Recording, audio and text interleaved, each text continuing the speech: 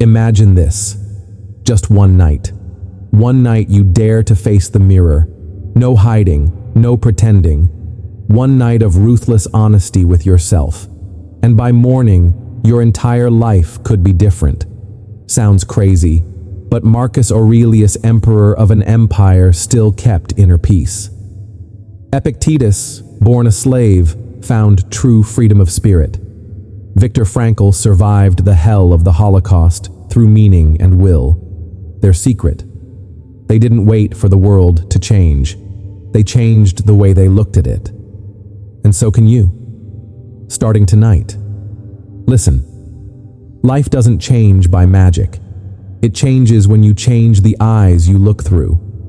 Marcus once wrote, "It is not death that a man should fear, but never beginning to live." So let me ask you, have you truly begun to live? Or are you still waiting for that perfect day? Tonight, I'll give you 9 Stoic principles, seeds that have lasted more than 2,000 years. If you plant them in your mind by tomorrow morning, you will not be the same. 1. The mind is a garden. Every thought is a seed. Netflix, social media, a toxic conversation, each plants something. The question is, are you growing roses or feeding weeds? Comment right now, "I choose to plant strength." That's your first brick in the garden of your mind. 2. Power begins when you stop blaming. Every time you blame, you hand away your power. Family, boss, society, none of them owns your peace. Epictetus said, "Men are disturbed not by things, but by the view they take of them." Tonight, look in the mirror and whisper, "I choose responsibility, not blame." 3. Peace comes, not from escape, but from endurance. We live in a culture of escape. Sad scroll TikTok, lonely, quick hookup, stressed shopping spree. But Seneca reminds us, no man is more unhappy than he who never faces adversity. For he is not permitted to prove himself. No one grows by running. Only by standing in the storm do you find your strength. Write this down: I endure. I do not run. 4. Discomfort is a signal, not a stop sign. First interview, first confession of love, first startup, heart pounding, hands shaking. That's not retreat. That's growth knocking at the door. Marcus wrote, "The impediment to action advances action. What stands in the way becomes the way." Remember this. Discomfort means you're on the right path. Say it out loud. Discomfort is my signal. 5. You don't need motivation. You need discipline. Motivation is blood sugar. Spikes fast, drops fast. Discipline is the steady flame. Champions don't wait for inspiration. They rise, they train, even when they don't want to. Tomorrow, when the alarm rings, don't ask, "Do I feel like it?" Tell yourself, "I will do it, because I chose to live as a human being." Comment, "Discipline is my freedom." 6. The power of silence. In a noisy world, silence is power. Epictetus said, "We have 2 ears and 1 mouth, so that we can listen twice as much as we speak." You don't need to win every argument. The one who stays silent at the right time is the strongest in the room. Write it down. Silence is my strength. 7. Detachment. The highest form of self-respect. You are not defined by what you own. Wealth isn't about having more. It's about needing less. When you dare to release what no longer serves you, that's when you taste freedom. Affirm it. Detachment is my self-respect. 8. You can't heal in the same environment that broke you. You can't plant seeds in poisoned soil. You can't heal in a toxic space. Audit your life tonight. Which relationship drains you? Which room traps you in the past? Which habit is quietly breaking you?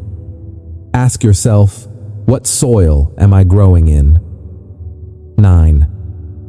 Every moment is a choice, power or pain. Marcus wrote, "You have power over your mind, not outside events. Every second you face a fork in the road, react with anger, lose your peace, or breathe and keep your power. Write it down. I choose power, not pain. Listen carefully. We just walked through 9 Stoic truths. Plant the seeds in your mind. Take responsibility. Endure. Welcome discomfort. Hold to discipline. Choose silence. Practice detachment. Change your environment. And above all, choose power over pain. It all begins tonight, not tomorrow, not when I'm ready. Tonight is the moment you stop living as a shadow. And I want you to write this in the comments right now to seal your decision. Tonight, I begin my transformation.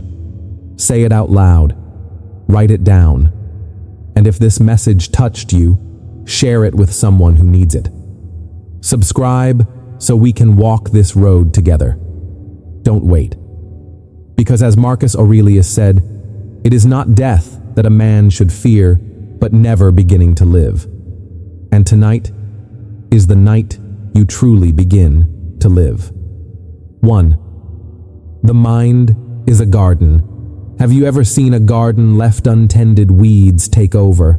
The flowers disappear. Only chaos remains. Strange, isn't it? Because most of us are letting our own minds turn into that same wild garden.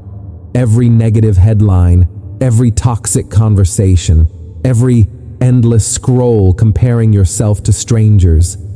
Those are seeds, and we plant them inside our heads without even noticing. Do you see it now? You are letting weeds grow in your soul every single day. Marcus Aurelius once wrote, "The soul becomes dyed with the color of its thoughts. What you think is what you become." If you plant anger and resentment, you will live inside anger and resentment. If you plant gratitude and clarity, you will live inside peace. Imagine your brain as NASA's mission control. Every book you read, every show you watch, every conversation you join, every scroll on your phone, they all fall in like seeds. They don't vanish. They take root. They grow, and soon they shape who you are. Morning comes. You unlock your phone and fear-filled news hits you. At lunch, your coworkers complain nonstop. At night, you dive into social media comparing yourself to thousands of strangers. Seeds, seeds, seeds, and you let them root inside. No wonder so many feel anxious, tired, and small. Their inner garden is filled with weeds. Ask yourself, what am I allowing to grow inside me every day? A beautiful garden never grows by accident. It grows by choice. You can't expect roses if you let weeds take the soil. And you can't expect peace if you keep feeding your mind with drama and bad news. Choosing your seeds means this. Pick your inputs, read a good book instead of endless news feeds. Pick your companions, talk with people who lift you, not those who drag you down. Pick your practices, write gratitude instead of complaints. Each small choice is a seed you plant. But a garden doesn't only need planting, it needs weeding. And the weeds of the mind, jealousy, resentment, self-criticism, they grow fast. And if you don't pull them out, they choke everything else. So tonight, write this down. What weeds am I letting grow in my head? Once you name them, you've already picked up the hoe to pull them out. Here's the hard truth. You can't plant today and wake up to roses tomorrow. You can't read one book, listen to one podcast, and expect to wake up a new person. A garden takes time, water, light, daily care. So does your mind. One book instead of 1 hour of scrolling. One uplifting conversation instead of 10 complaints. 1 minute of stillness instead of 10 minutes of panic. You won't see it right away. But over time, the garden changes color, and so will you. If your mind is full of weeds, you'll always feel tired, doubtful, negative. But if you plant wisdom, gratitude, and discipline, you'll walk through life with the calm of a quiet garden. You'll carry a refuge inside you, no matter the storm outside. You'll have clean energy, steady strength in the face of trials. That is the power of guarding your mental garden. Marcus Aurelius was right. The soul becomes dyed with the color of its thoughts. If you want a brighter life, you must plant brighter thoughts. No one can do it for you. This is your garden. Only you decide what grows in it. And tonight, you can begin.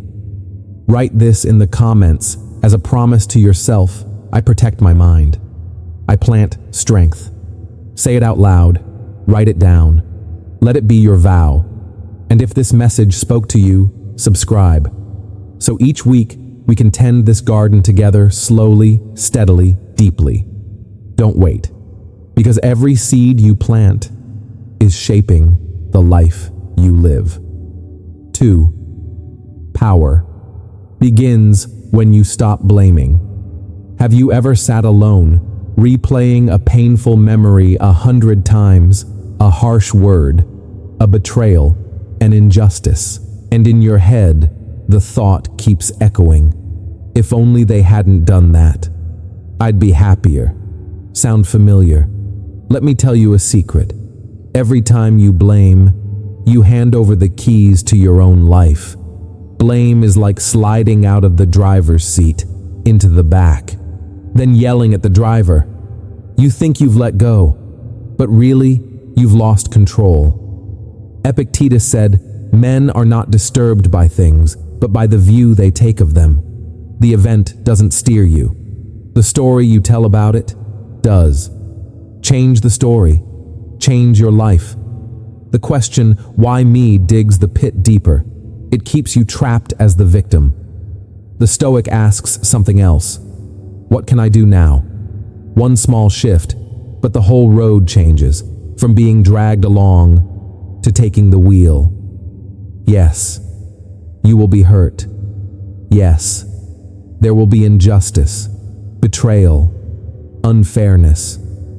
But the more you replay it, the more sleep you lose, the more focus you bleed, the more faith you surrender.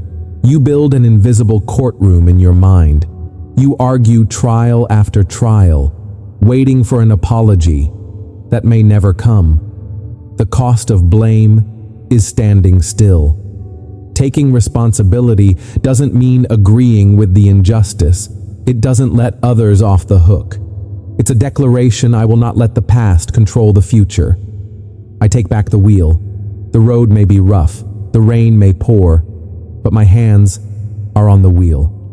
Blame feels good at first. It whispers, "Not my fault." And for a moment, the pain fades.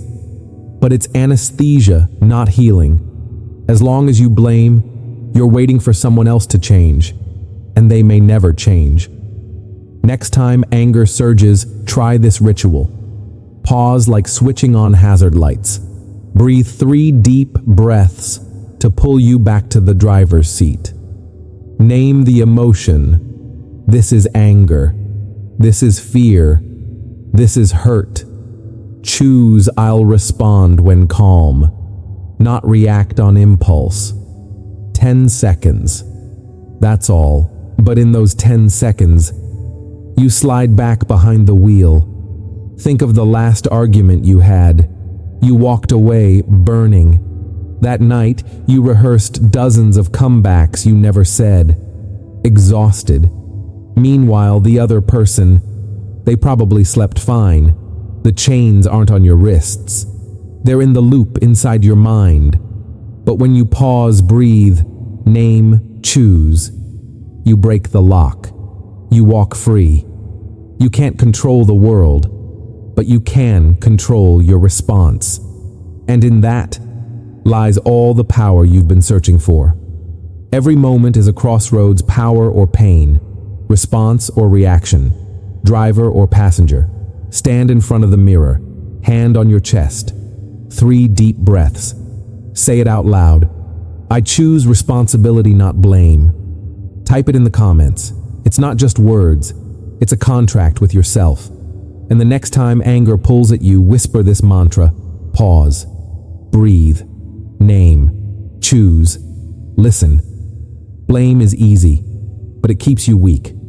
Responsibility is hard, but it sets you free. Epictetus was right. Men are not disturbed by things, but by the view they take of them.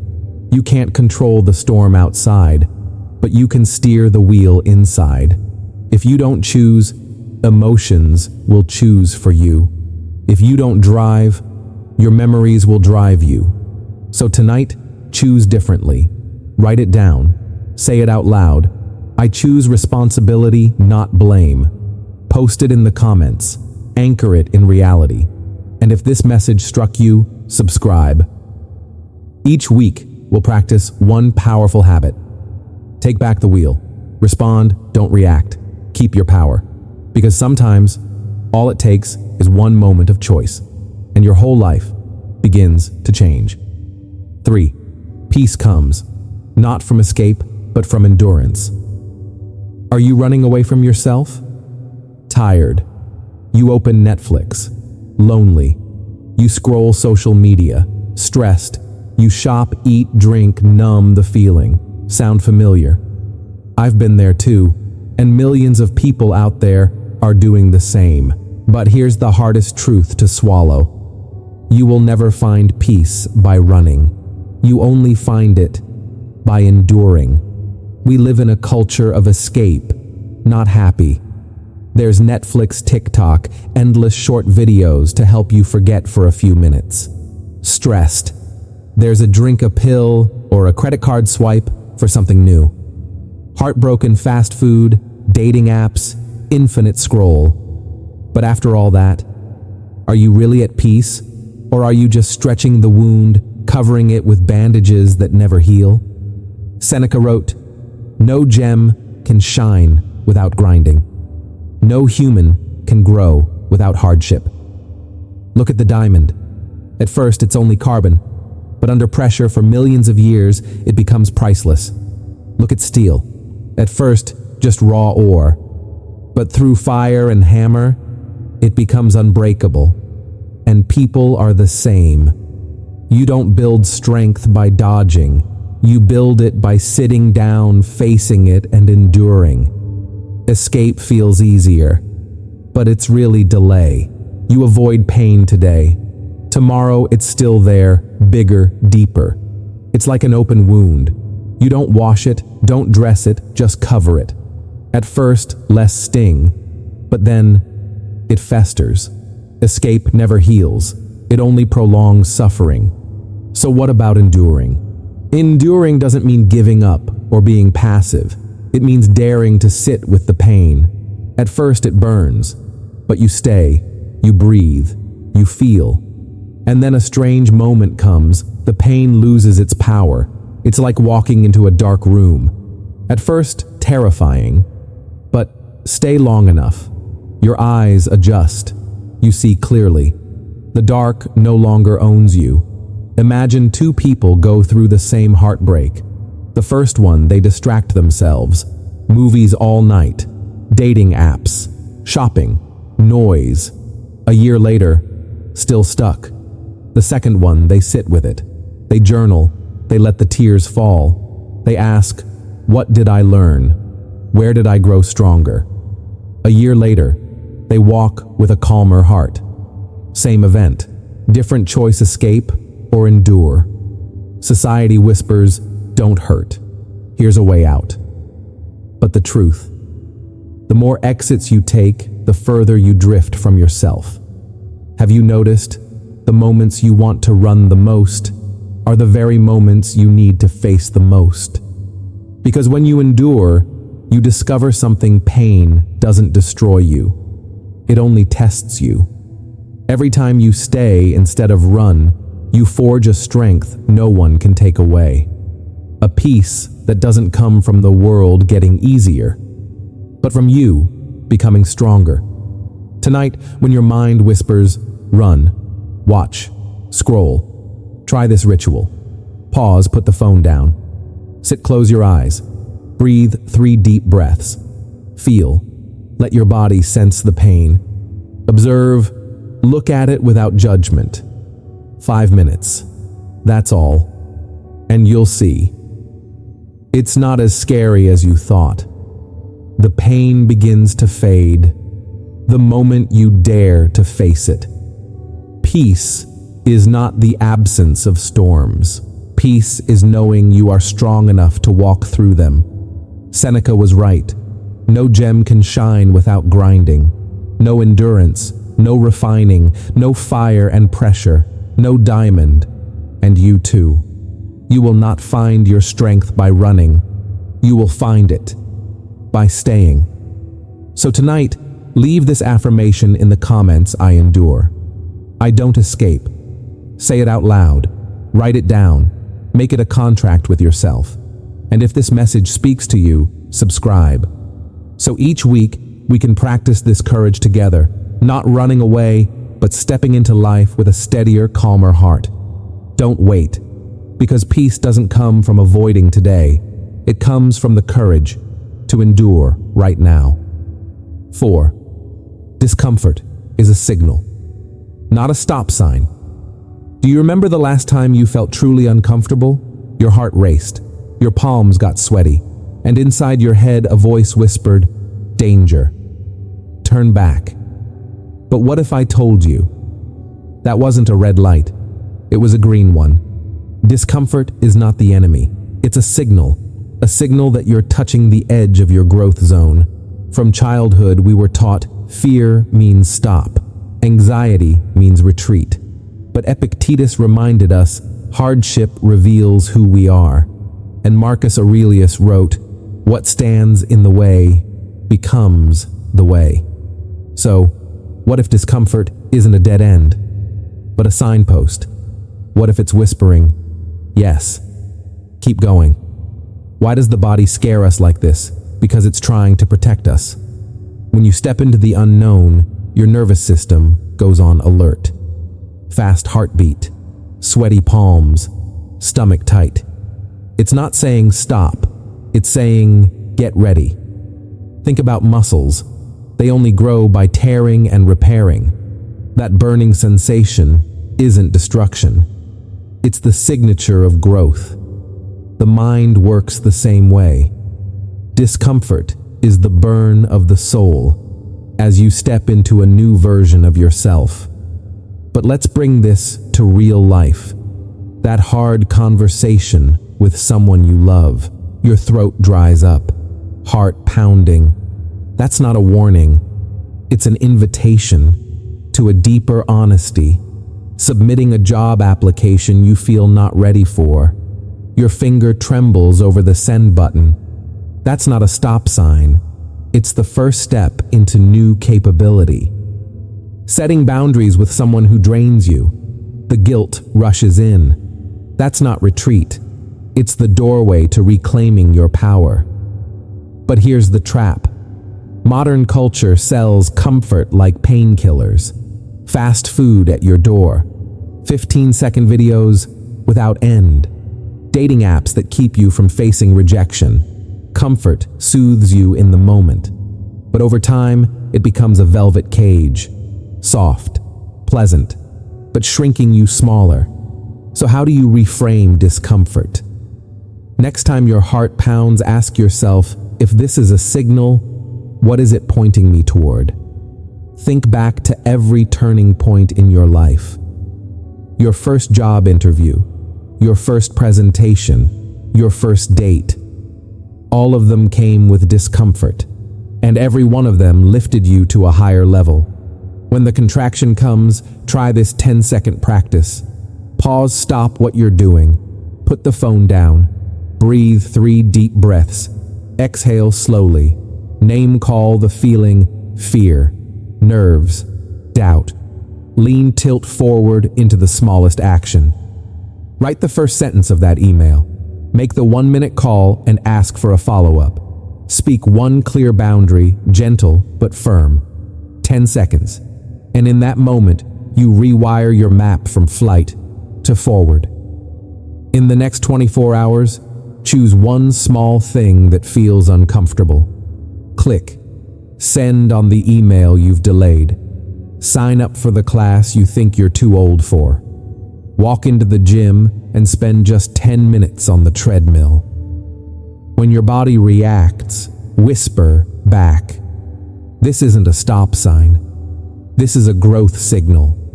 And then take one step. One small step today is greater than 100 times avoiding. Because discomfort is a mirror. It points directly to where you're still weak, still afraid, still untrained. That's your next training ground. Fear doesn't come to destroy you. It comes to teach you, to whisper, here lies the territory you haven't mastered. Step in. Discomfort is not your enemy. It's your silent teacher. It's proof that you are alive, growing, moving forward. Epictetus was right. Hardship reveals who we are. Marcus was right. The obstacle is the way. So from now on, when your body screams, stop, smile, and say, no, this is a signal. I'm growing. Do two things right now. Write in the comments, discomfort is my growth signal, and choose one uncomfortable action within the next 24 hours. Say it out loud. Write it down. Take the step. That's your commitment to yourself. And if this message resonates, hit subscribe. So every week, we train a new muscle of the soul, learning to walk through discomfort, to meet the braver version of who we are. Don't forget, a little discomfort today could be the green light to your extraordinary tomorrow. 5. You don't need motivation. You need discipline. How many mornings have you woken up, waiting for that wave of motivation, but it never came? So you hit snooze. You delayed. You whispered, tomorrow I'll start. Sound familiar? Here's the hard truth. If you keep waiting for motivation, you'll wait your whole life. Because you don't need motivation. You need discipline. Picture this. You crack open a cold can of soda. For a few minutes you feel the rush, but soon, the crash hits. You're more tired than before. That's motivation. It comes fast. It disappears even faster. You watch an inspiring video. You blast a hype song. You feel unstoppable. But a few hours later, the fire's gone. Motivation is like the weather. Sunny one day, stormy the next.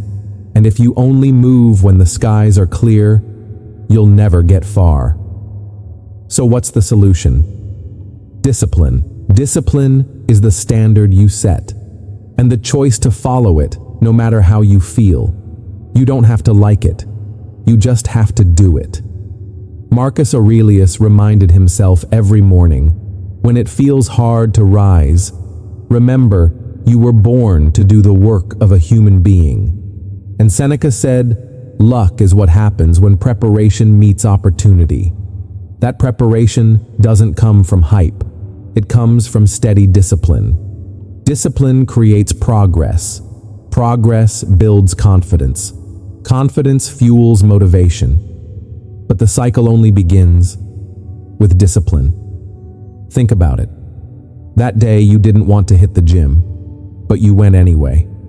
That day you didn't want to write, but you picked up the pen. That day you didn't want to work, but you got it done. Afterwards, you felt stronger. And notice motivation showed up after the action, not before. Look at an Olympic athlete. They can't wait for motivation to train. They're up at 5 a.m., rain or shine, tired or not. Or a musician. They don't sit around waiting for inspiration. They practice for hours every day. So when inspiration comes, they're ready. And you're no different. If you only act when you feel like it, you'll always lose to the one who lives with discipline. The truth is, we've been tricked. Society sells us motivation like a product. boost videos, wall quotes, hype playlists. It makes you believe if you don't feel excited, you're not ready. But that's a lie. You don't need to feel anything. You just need to act. Don't wait for feelings to lead. Let action lead, and feelings will follow. So here's your practice.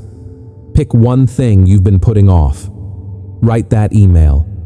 Make that call. Move your body. And before you start, say out loud, "I don't need motivation. I need discipline." Then do it. Just 5 minutes. And you'll see once you begin, the energy comes. Motivation is not the starting line. It's the reward. I know discipline sounds harsh, but here's the paradox. Discipline is freedom. When you live with discipline, you stop bargaining with yourself every morning. You don't waste energy asking, "Do I feel like it?" You just move. And when you move consistently, you build trust with yourself. You know, "I can count on me." That's a strength no one can take away. Listen, motivation is temporary. Discipline is forever. Motivation promises. Discipline delivers. You don't need to wait for perfect weather. You just need to take the step even in the storm. Remember the cycle.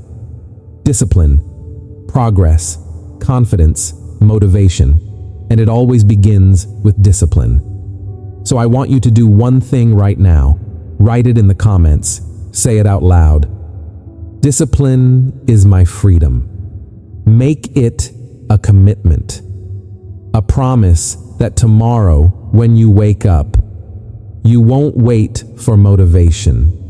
You'll simply do the work. And if this message resonates, hit subscribe. So every week we can train together to depend less on fleeting feelings and live by lasting discipline. Don't wait. Start today and let discipline lead you to the life you've been longing for. 6. The power of silence. Have you ever walked away from an argument, feeling drained instead of clear? You said too much. You tried to win, but peace.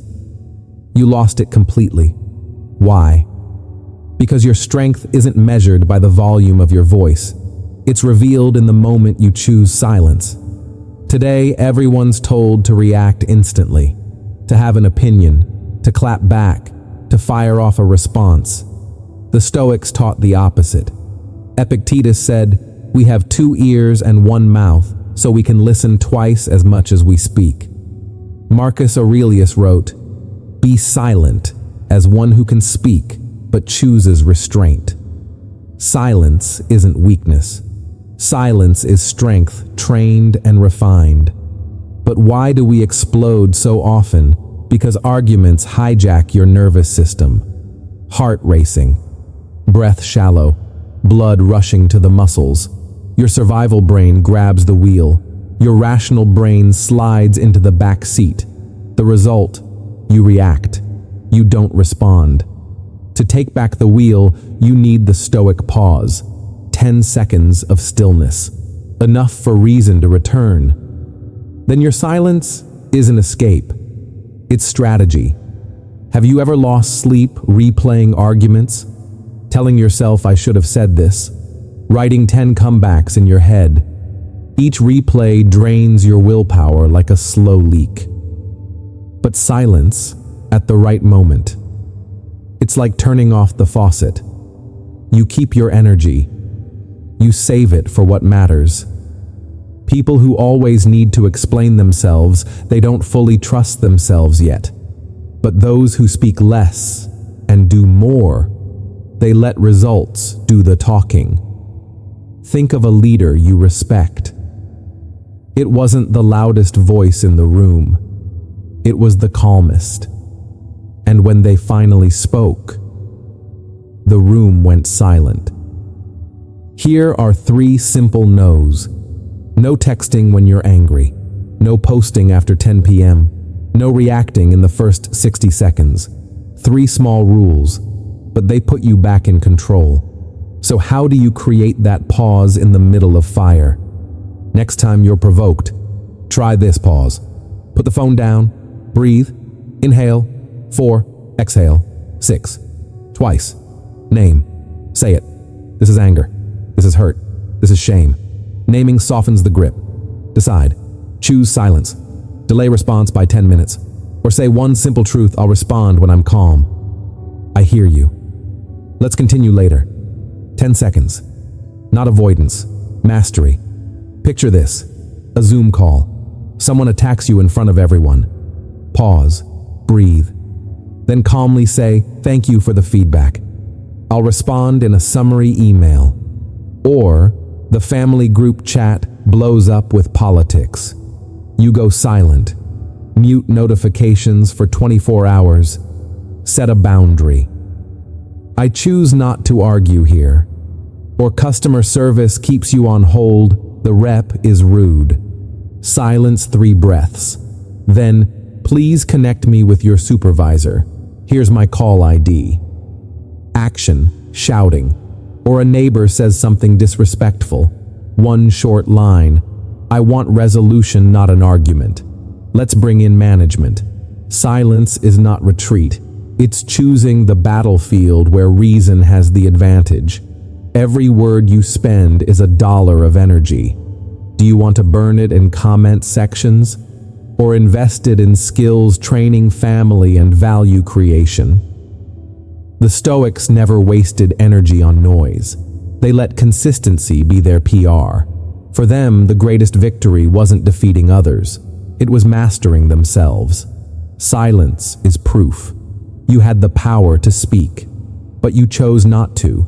And in that choice lives freedom. Freedom from needing applause. Freedom from needing validation. Freedom to keep your inner peace. Listen. Silence is not losing. Silence is winning the most important war, the war against yourself. When the world yells, speak, you have the right to mute the mic.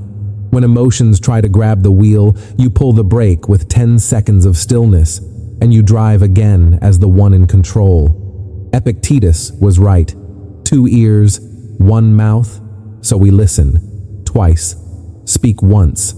Marcus was right too. Be silent as one who can speak, but chooses restraint. So here's your ritual. Right now, hand on your chest. Deep breath. Say it out loud. Silence is my strength. Write it in the comments. I choose intentional silence. And in the next 24 hours, practice the rule of 3 no's. Practice the 10-second protocol at least once. Then come back and comment done. If this message resonates, hit subscribe. Every week we'll train one more habit to speak less and grow stronger. Because sometimes the loudest voice in the room is your silence. 7. Detachment, the highest form of self-respect. If tomorrow you lost it all, the money, the title, the people you cling to, what would be left of you? Have you ever believed that self-respect means having more? More money, more recognition, more applause? But what if the truth is the opposite? What if real self-respect isn't about holding tighter, but daring to need less? Epictetus said, "Wealth is having few desires." One sentence that shatters the illusion of our modern world. We're told, the more you have, the more you're worth. A bigger house, a newer car, a shinier title. But the Stoics ask, if it all disappeared, who would you be? The measure isn't how much you can accumulate. It's how much you can let go and still remain whole. Now, some people fear detachment. They think it means being cold, unfeeling, shut off. But detachment isn't about cutting off love. It's about loving without clinging. You can love someone deeply without handing them the keys to your worth. You can give your best to your work without letting your job title define who you are. you can enjoy what you own without letting it own your peace. Detachment is freedom from possession. Because often the things you think you own are the very things that own you. Think about it. Have you ever held on to a relationship that was draining the life out of you? Clung to a job that was killing your sleep just because it felt safe? Obsessed over losing a possession until it controlled your mind? That's the moment you trade self-respect for attachment. Because when you need something too much to know your worth, you've already handed it your power. Marcus Aurelius wrote, "You could leave life right now. Let that determine what you do, say, and think. Everything is impermanent. Money, titles, loved ones, even this body. If it can all be lost, why would you place your entire value on it? Reflecting on impermanence doesn't make you bitter. It makes you awake. It reminds you self-respect isn't out there. It's in here. Detachment means you respect yourself enough not to let anything own you. You can love and still remain whole if you lose. You can work and still be yourself when the title falls away. You can enjoy and still rest in peace if tomorrow it's gone. That's the highest form of self-respect. Not flashy, not loud, but solid, like stone. Think of the people you truly respect. Are they the ones clinging, hoarding, afraid to lose? Or are they the ones who can let go and still keep their dignity? The friend who walks away when the table is no longer kind. The worker who says enough when the job devours their soul. The lover who gives their all and still gives freedom. That's the strength of detachment. That's authentic self-respect. So tonight, ask yourself, what am I clinging to the most? A person, a job, a possession? And if it vanished tomorrow, what would be left? Write it down. Then whisper to yourself, I still have me. I am enough even if everything else goes. Tomorrow, take one small act of letting go. Donate one item you only keep out of fear. Set one boundary with a draining relationship. Delete one app that traps you in comparison. That's how you plant the seed of detachment, the seed of self-respect. Listen, self-respect isn't proving you have more. Self-respect is being strong enough to need less. Epictetus was right. Wealth is having few desires, and Marcus reminded us, memento mori. Remember death, remember impermanence, so you wake up to what truly matters. Detachment doesn't make you cold. It makes you free. Free to love without fear of loss, to succeed without being chained to outcomes, to live in peace without conditions. So tonight, write it in the comments. Say it out loud. Detachment is my self-respect. Make it a promise that nothing outside you will ever define what's inside you. And if this message resonates, hit subscribe. Each week, we'll walk further down this path together. The path back to the kind of strength nothing and no one can take away. Remember this, you are only truly free when you no longer need to cling to anything to know who you are. 8. You can't heal in the same environment that broke. You trying to heal? While standing on poisoned ground, you wait for time. You wait for the wound to close. But every morning it bleeds again.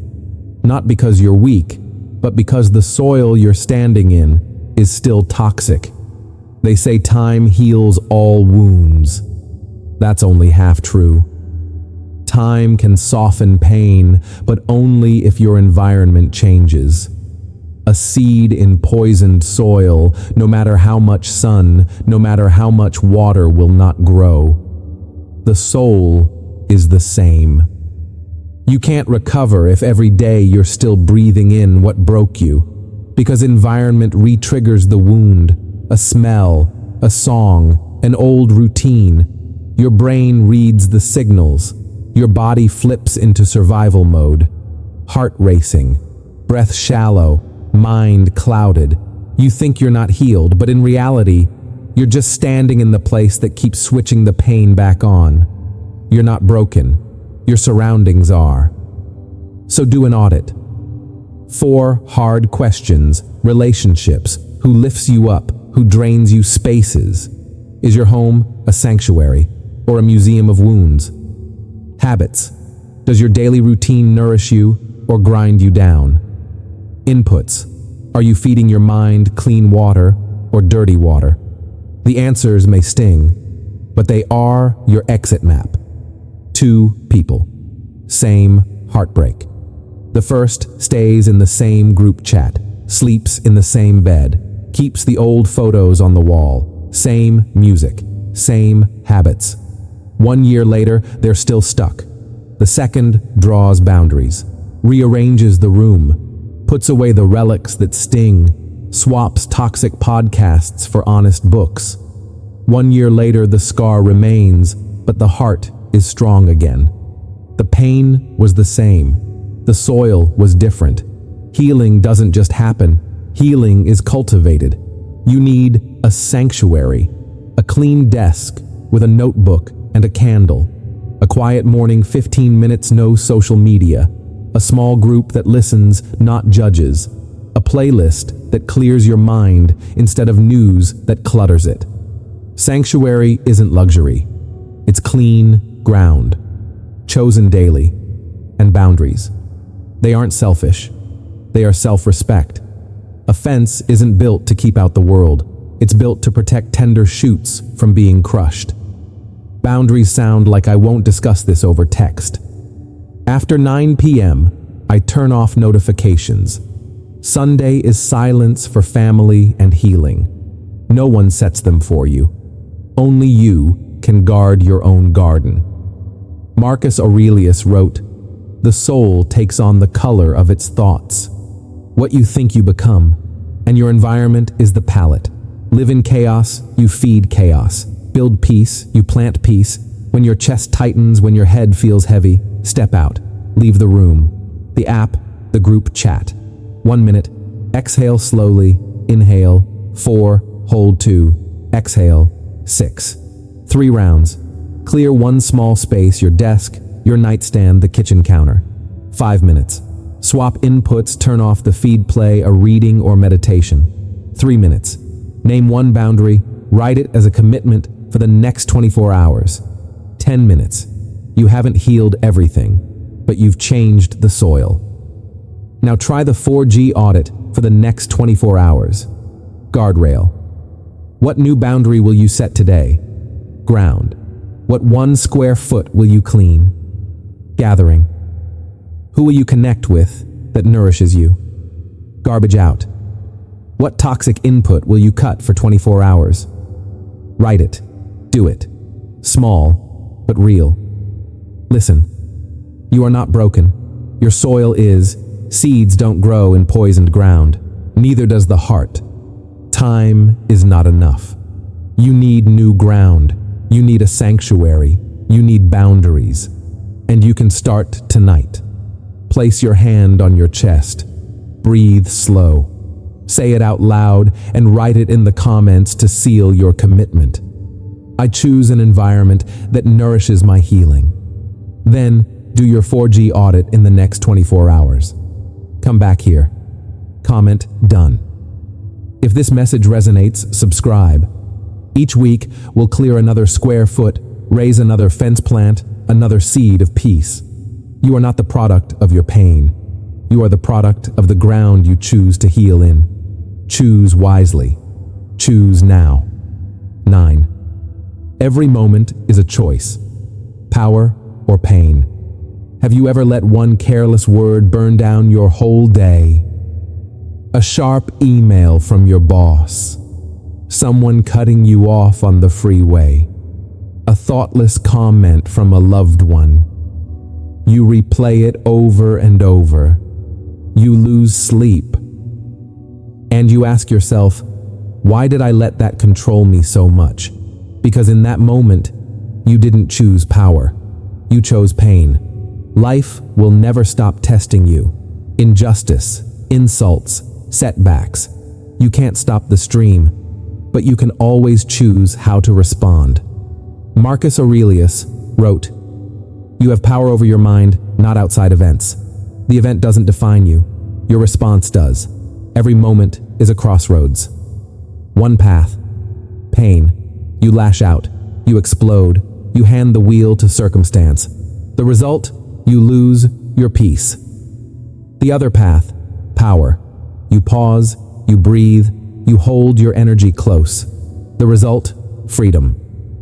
Epictetus reminded us, it's not what happens, but how you react. Every moment you either hand away your strength or you hold it. Picture this. You're driving. Someone cuts you off. Horn blaring.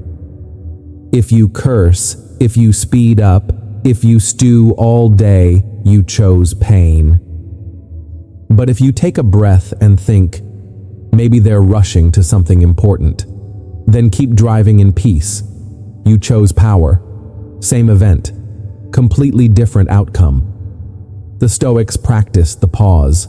Before reacting, they asked power or pain.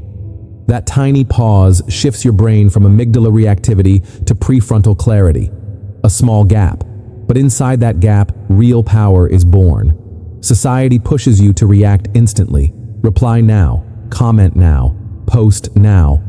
But the faster you react, the more mistakes you make. How many times have you fired off an angry email and wished you could pull it back? How many times have you texted in anger and regretted it seconds later? That's the trap, and the only way out is to slow down. Here's the usual cycle. Someone hurts you, you react impulsively, you create even more pain, round and round. But if you pause and choose power, you break the loop.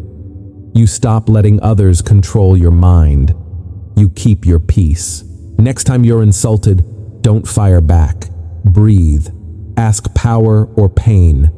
Next time you fail, don't torture yourself. Ask, what can I do now? Power isn't controlling others. It's controlling yourself. Real power isn't about dominating events. It's about mastering your response. They can take your money, your reputation, even your health, but no one can touch how you choose to respond. That is your untouchable freedom, and it's always in your hands. Use the 3-3-1 protocol next time you're triggered. 3 seconds, pause.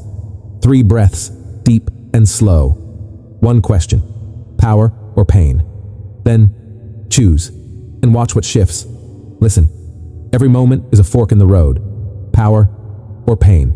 Marcus said, you have power over your mind. Epictetus said, it's not what happens, but how you react. Power is not out there. It's in you. Pain only wins if you hand it the keys. Tonight, I want you to commit. Write it in the comments. Say it out loud. I choose power, not pain. And in the next 24 hours, practice the 3-3-1 once. Then come back here and type one word chosen. If this message hit home, subscribe. Each week, we'll train together. Not to control the world, but to control ourselves. Don't forget, you are not life's victim. You are the author of your response. And in every single moment, you can always choose power. Imagine this. A quiet night, the kitchen dark, just one switch. You touch it, the light comes on. Life has a switch like that, and it's right here in your hand, tonight. So what will you do? Delay one more day, or flip it on and light up your life? We've just walked through 9 principles, not theory, not fluff. A map for every single day. It starts with power when you stop blaming. From why me to what now. In that instant, you grab the wheel again. then peace through endurance. Diamonds aren't born from comfort. Steel isn't forged without fire. Your soul is the same. Stay. Breathe through the storm. Discomfort is a signal. Heart racing, palms sweating. Not a stop sign. A green light saying, you're growing. The strength of silence. Not silence because you're weak. Silence because you're strong enough not to waste your energy on empty fights. Motivation spikes and crashes like blood sugar. One hype video, one loud song gone tomorrow. Discipline is the steady road. Discipline, progress, confidence, motivation. In that order. Self-respect through detachment. Not by grabbing more, but by needing less. Loving without clinging. Succeeding without being chained to results. The mind is a garden. Every inbox, every feed, every conversation seeds. Choose them. Pull the weeds. Water daily. Slow. Steady. Strong. Environment is the soil of healing. You can't recover in a room covered in memories of pain. Clear it. Change it. Set boundaries. Build a sanctuary for peace. And finally, every moment is a choice, power, or pain. Not what happens, but how you answer. These aren't 9 separate pieces. They are one circle of strength. Stop blaming. You reclaim power. Endure. You build inner strength. Embrace discomfort. You expand your limits. Stay silent. You protect your peace. Live with discipline. You create freedom. Detach. You guard your dignity. Cultivate your mind. You grow peace. Change your environment. You heal. Choose power. You own your life. Each principle backs the others, and together they back you. I know you're busy. Bills, inbox, traffic, sick kids. Life doesn't wait. Marcus Aurelius warned, it's not death that's frightening, but never beginning to live. So, if not tonight, when the perfect day will never come, but the perfect decision can come right now. Use the 3-2-1 tonight protocol. Simple, clear, doable. 3 actions. Pull one weed, unfollow a toxic input. News chat account that drains you. Plant one seed, read one page of a deep book, or write 3 lines of gratitude. Set one boundary. Send an email or text clarifying your hours, or decline one draining invite. 2 minutes before bed, pause for 2 minutes. Take 6 deep breaths. Ask yourself, what one disciplined act will I do tomorrow? One public commitment. Write it in the comments. Say it out loud. Tonight, I begin my transformation. Because words spoken out loud make the heart stand up. Listen, life will not stop to wait for you. Time won't slow down for your fear. You already have the map. You already have the switch. Flip it. Tonight. To recap, own, don't blame. Endure, don't escape. See discomfort as a signal. Stay silent to grow stronger. Discipline first, motivation after. Detach to keep your dignity. Cultivate your mind. Change your environment to heal.